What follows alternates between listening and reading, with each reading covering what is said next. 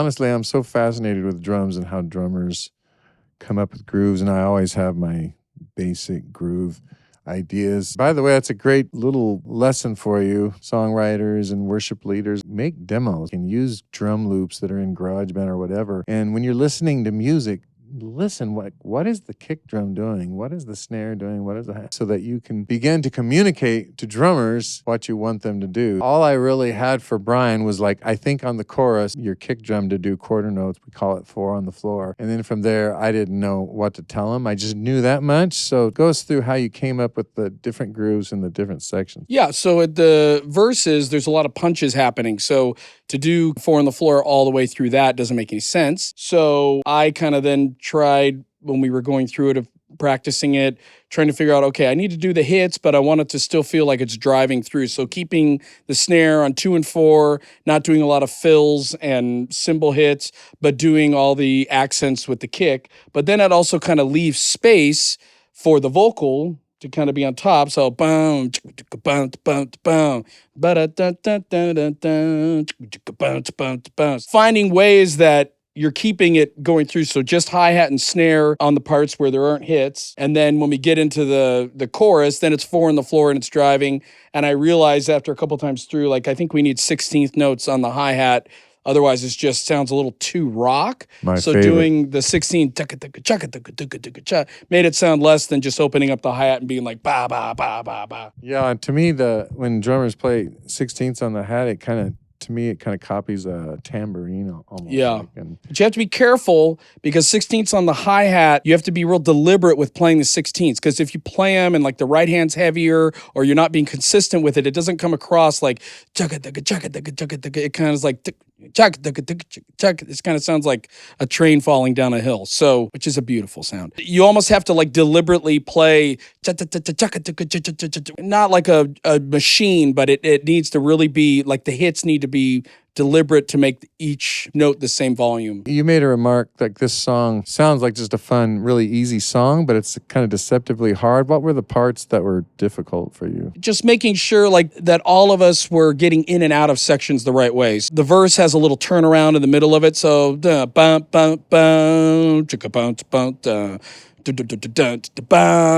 just making sure that we're doing a fill or together as a band.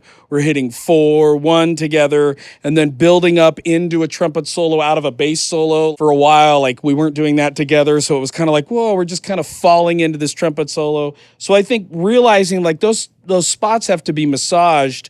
Otherwise, it's just kind of like, and you're just ending up in these new sections and it feels real jerky to the listener. So I think making it feel like a roller coaster, kind of like the listener's on the roller coaster with you. And now, oh, I feel this coming. Here it comes. And like giving them the like, oh, something good is coming. And how are you telling that story and getting that rider to the next location? Creating a launch pad for the next thing. Yeah. And at the very end of the song, we did this rhythmical phrase with all those upbeats.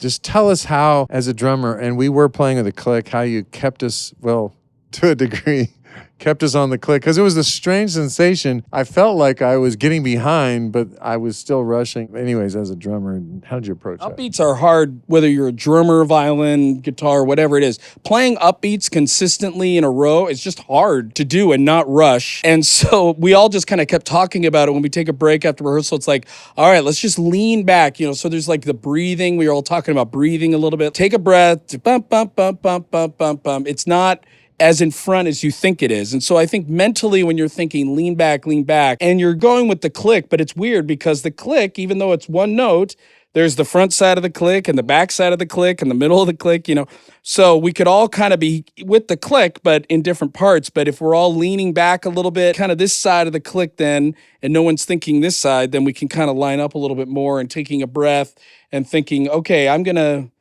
even though it feels like I really need to push, I'm not going to push. And as a drummer, I'm just trying to make sure I'm giving something solid. Now, I could play the whole time, and that makes it really hard for the rest of the band to try to lock. So if we're going to play that 4 times, my thinking was, okay, I'll wait till the very last time to kind of do a fill and stuff with them. The rest of the time, because as a listener, you don't want to hear that much bashing drums. It just doesn't, it's not grooving. So you're thinking maybe, okay, I'll just keep quarters while the band's doing this really cool line. And then the very last time I'll kind of do a thing with them. And I feel like then the listener doesn't mind hearing that. But to hear me do it 4 times, it just sounds like you just kicked a drum set off a roof and it's just, all over the place. I'll just speak for guitar players. Like, we're always going to rush. We're rushing all the time.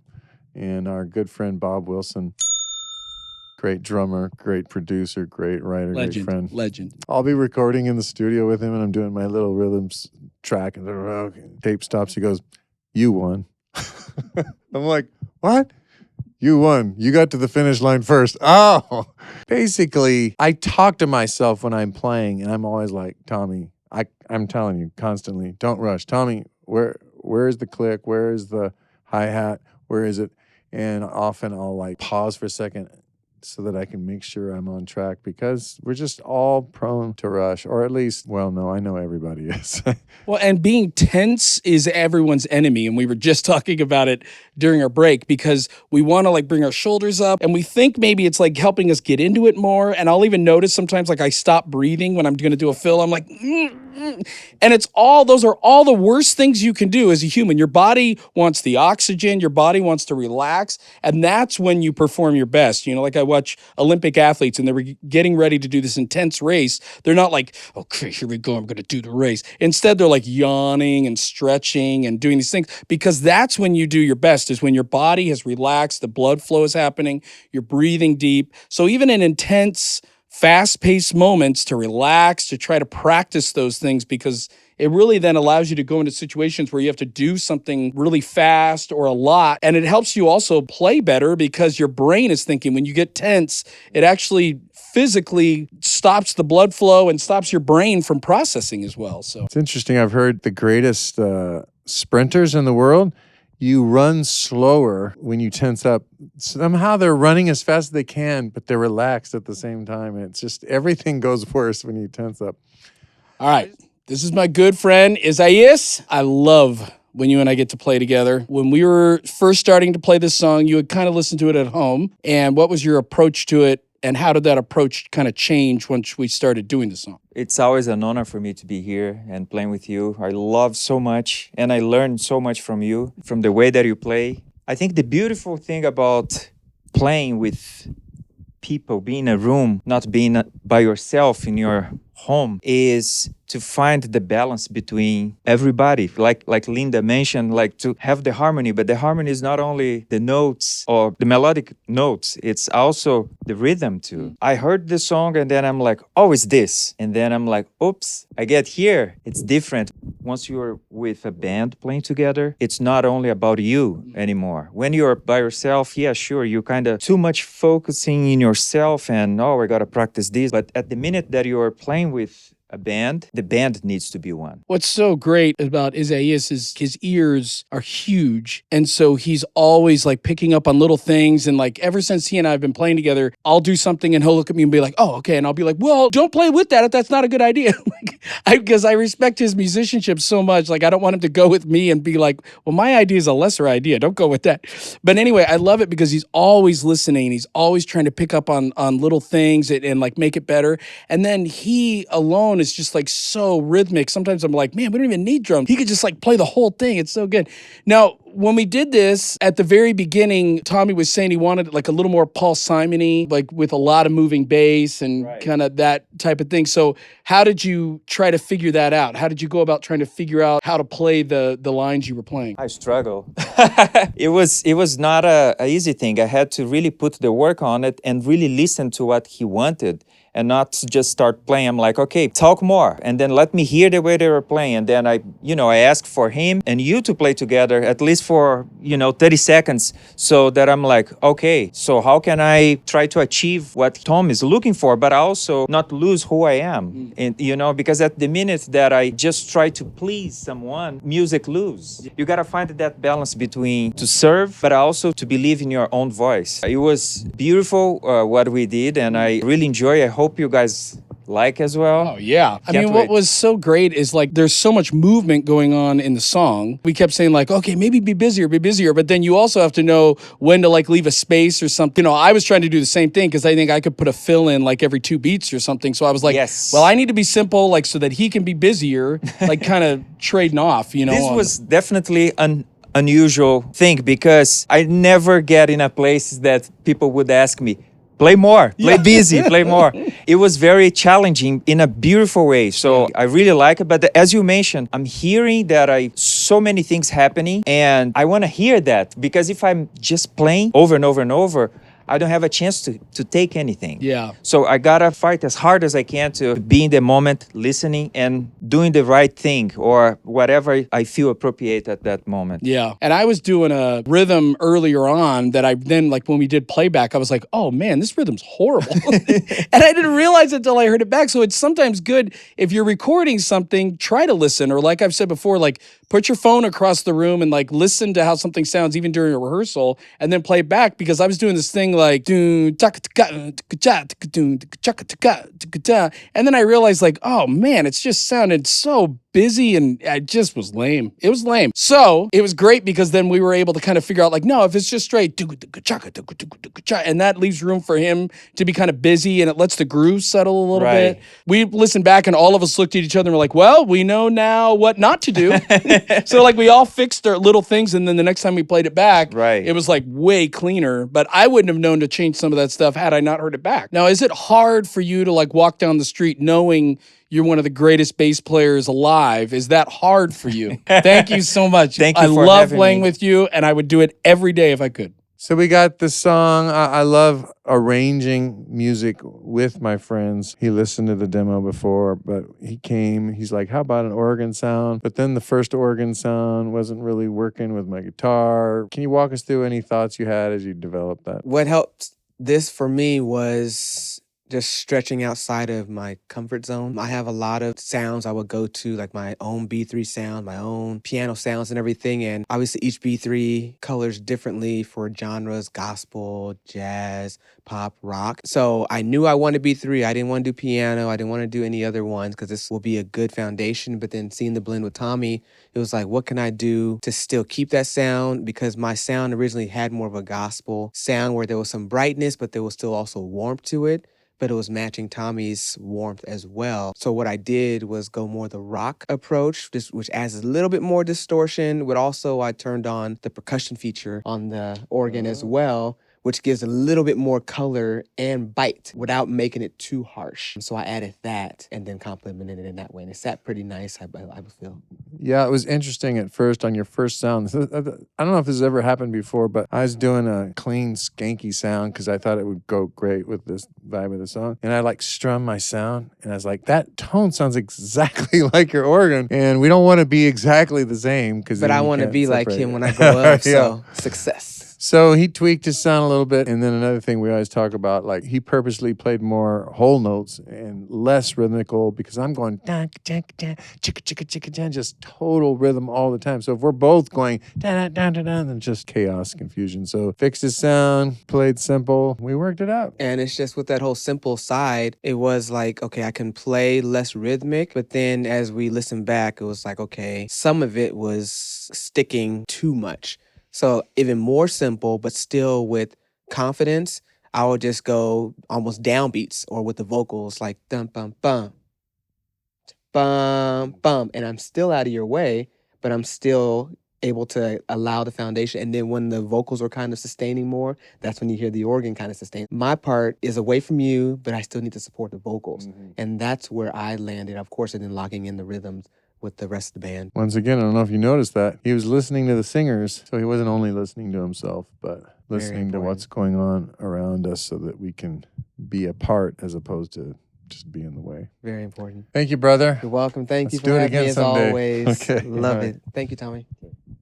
All right, guys, you rolled in here and I'm like, we're going to record this song. And through the journey of our rehearsal, you pulled it off beautifully. So I'm thinking, how do you sing in pitch when you can't really hear because the monitors are bad? How do you guys pull that off? It's pretty fun. I mean, I think because you sent us the song early, we had a chance to listen to it and get familiar with it. And you kind of have to marry into a song before you record it. You have to join forces with the song, Internalize internalize it, and it. really put it into your spirit. Does that make sense? That's good, yeah. I'd say just putting in the time beforehand, before arriving, to internalize the song and then trusting it when you're recording, even if what you're hearing isn't perfect, just trusting that you know what you're doing. I think another thing that maybe people don't pay a lot of attention to is the phrasing. Like there's pushes, we call them, where there's a syncopated beat and people don't pay attention to it. And remember, we kept messing that one up in the bridge there. I don't know. I guess it's pay attention to detail. I don't know if anybody has anything to say about that, but You have to pay attention to every detail. That's the importance. And the great part about technology now, you can send out a song ahead of time. And if you listen to it, you'll get those things.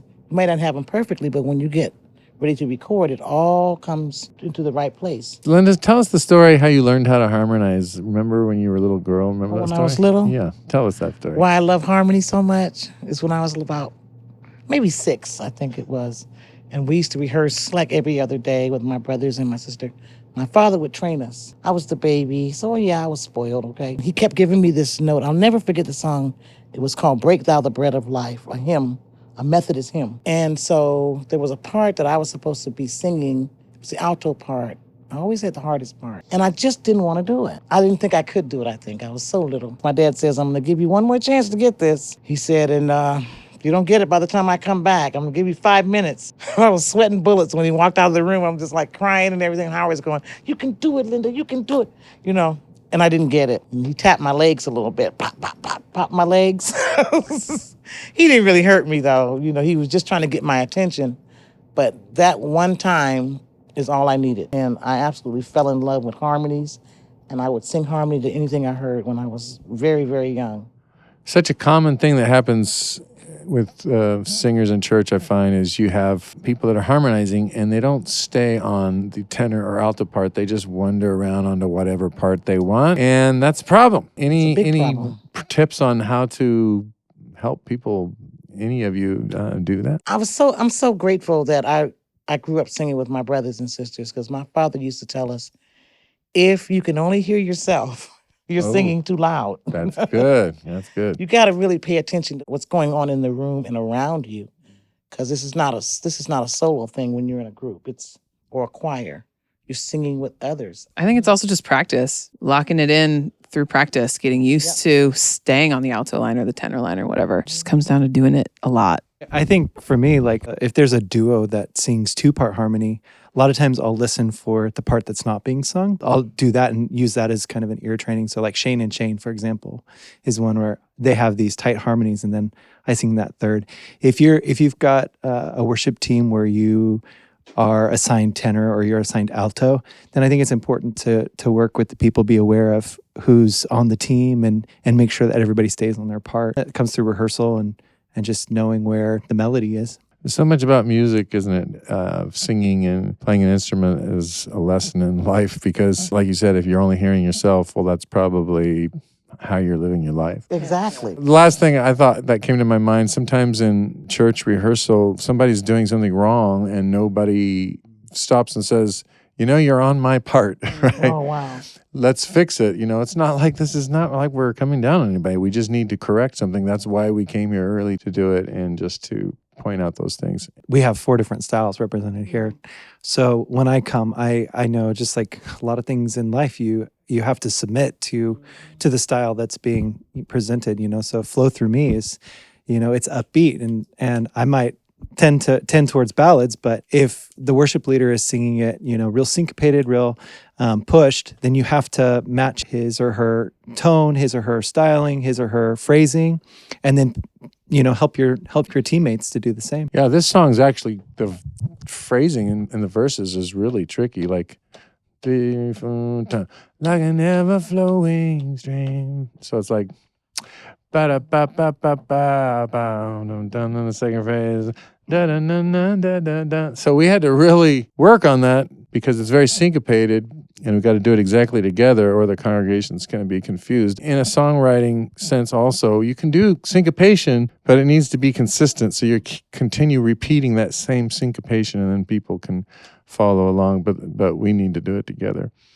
I just want to say a quick thing about what inspired the song. I was on a trip to Israel and was looking at the Dead Sea. And I remembered when I was a kid, my dad preached a sermon. He talked about the Dead Sea. And he said, nothing lives in the Dead Sea because it has no outflow. It has no water coming in, no water coming out. It's just stagnant. And that's how it can be in our lives.